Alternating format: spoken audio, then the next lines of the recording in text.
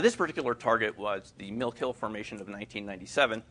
Now, what's interesting about this individual detected these roaring sounds at the site, and she said it's a place to break contact with the real world.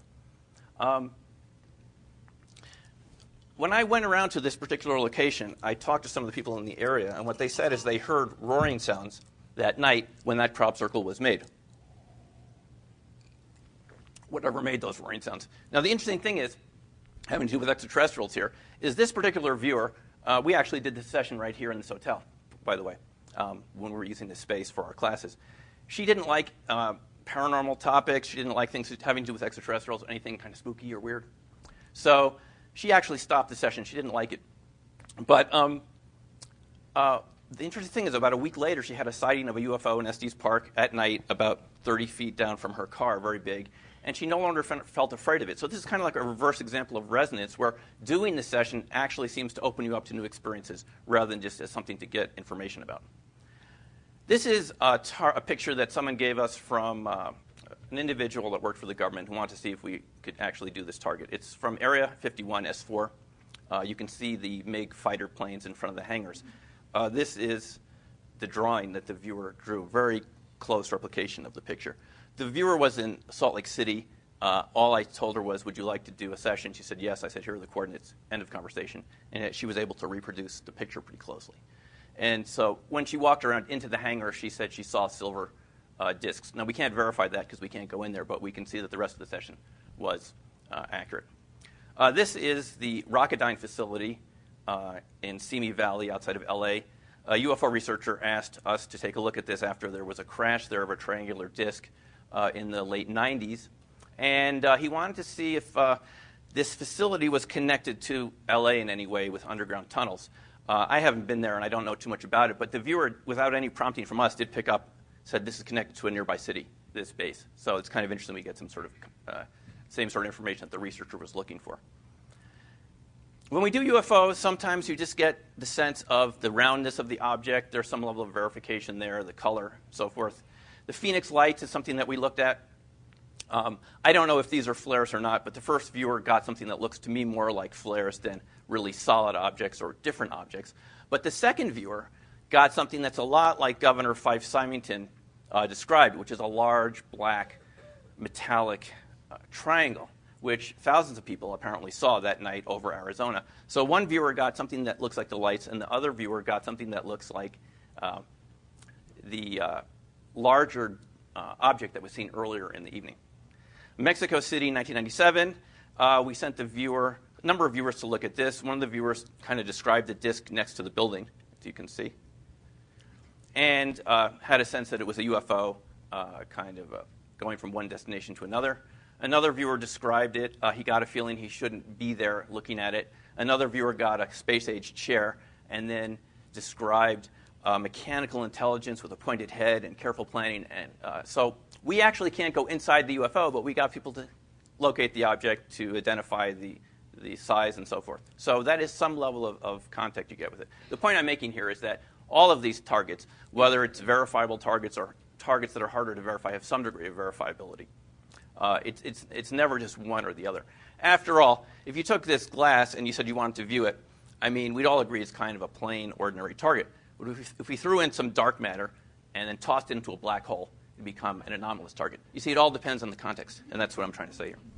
It depends on your state of knowledge, which is changing from year to year. Here's one which I would call more of an imaginal target. This is the Gray's Galactic Gateway near Earth. And I can't verify this unless I get aboard a Gray ship and see one of their maps if there's really a gateway nearby. But it's certainly fun to do one of these targets once in a while, even though this has zero level of verifiability with the technology we have right now. We've also viewed sometimes future announcements of extraterrestrial activity from a government source. And that's interesting to do, something that would happen in the future. And sometimes we get information about that. Now let's look at the last part of we want to look at here is crash retrievals. This is a new phase of remote viewing, something I've learned about from the Woods at their conference. You can take viewers, and actually it's a very interesting way to use it because you have a lot of information going in here. And where you don't have a lot of information, you can get more information. At this site near Garrison, across from Great Basin National Park, if you've ever been out there, There's the Desert Range Experimental Station, where in 1953 witnesses saw something crash in that area, right in this lake bed. And you can see it here from these pictures. We'll get close in here. That there's this large anomalous triangle. Now, various military sources told Linda Moulton Howe that this indeed was a craft that was very large, too heavy to move, too dense to cut, so they just buried it. And what we're told is that remote viewers were later sent to look at this site, and I believe Joe McMonagle found that indeed there was a crash here, but what he got was that it had been moved since then. So we have different types of information. But it is an example where you can actually coordinate remote viewing with eyewitnesses and military insiders to kind of get more a sense of what's going on. So the point is, I think remote viewing is used best when it's used in conjunction with other sources, because by itself sometimes you may get information, but you may have to wait a long time to actually verify what you're getting. So any questions so far about any of that? Thanks for listening. We have time for Q&A. Here's one right here.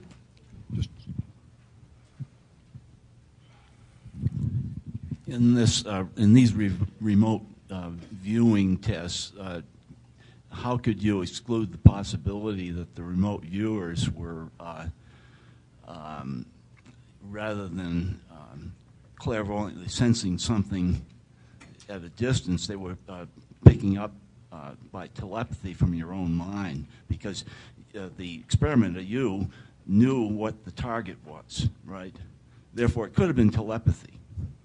Right. What you're talking about is an issue when the viewer is actually viewing the picture, perhaps sitting here on the table, than actually going to the site.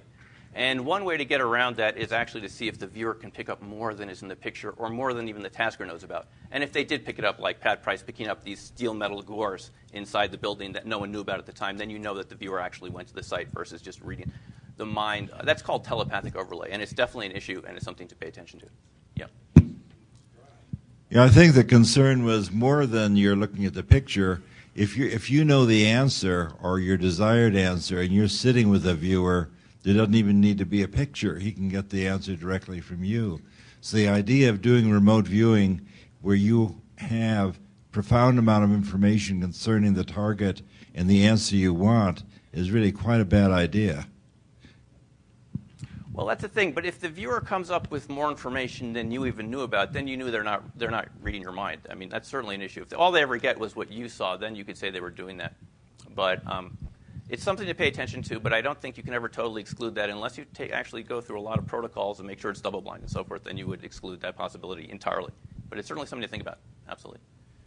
So what happened after they found that triangular shadow? I'm sure they did not just say, oh, well, too many blackberries, we can't go. The black, can you tell me more specifically what you're referring to? Are you referring to the Phoenix Light Triangle or that triangle in the desert? The triangle in the desert. In the desert. We have to ask Bob would know about the update on that. It's not my specialty. Is there any update on that, Bob? I heard the briefing myself, but I don't remember what the follow-up was. I mean, after About that. the DRES site, the Desert Range Experimental Station. Is there any update on the information about that site? No, Garrison, not that I have. Okay. Okay, well, thanks very much. Yep. Okay.